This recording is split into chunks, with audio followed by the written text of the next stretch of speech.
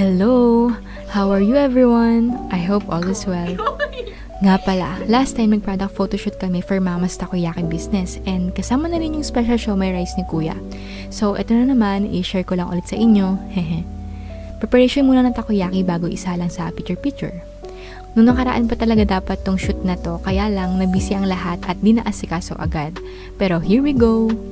Kwento ko lang saglit. Alam niyo ba, na-inspire lang talaga si Mama na mag-try gumawa nito hanggang sa naisipan niya ng inegosyo na nga tong takoyaki niya. Nag-umpisa lang talaga si Mama dito sa bahay. Pero ngayon, may sarili na siyang store.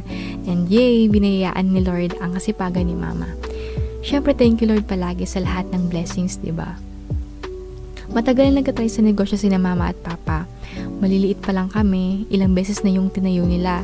Ihawan, pagpapasada ng mga jeep, car rentals, karinderya, speakers at kung ano-ano pa. Like, hindi ko man buo nasaksihan yung kasipagan nila from the very start, pero I'm very proud of them. Though, hindi man agad nag-succeed sa pagnegosyo yung family, specifically our parents, ngayon ko mas lalo nakikita how blessed we are to have parents like them.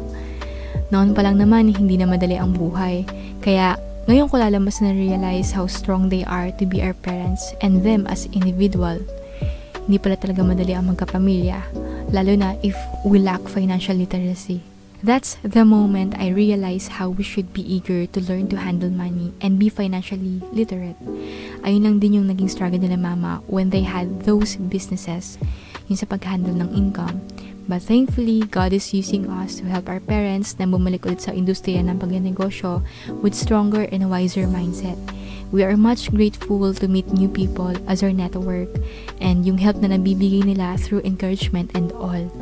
Ngayon ko rin talaga naintindihan na no man is an island. Sana noon pa, no?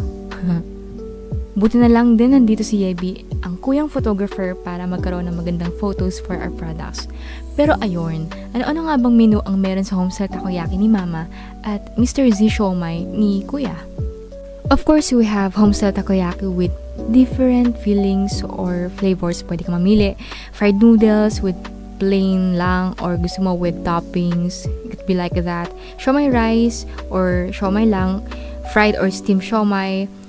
Or fried siomai with java rice, something like that, and burger na buy one take one. And of course, itong drinks na flavored soda and other drinks like fruit juice. So ayun lang, invite ko lang kayo to like our page, Homestyle Takoyaki, and you can also visit our store or pwede pa pa-deliver. So kita kits, see ya!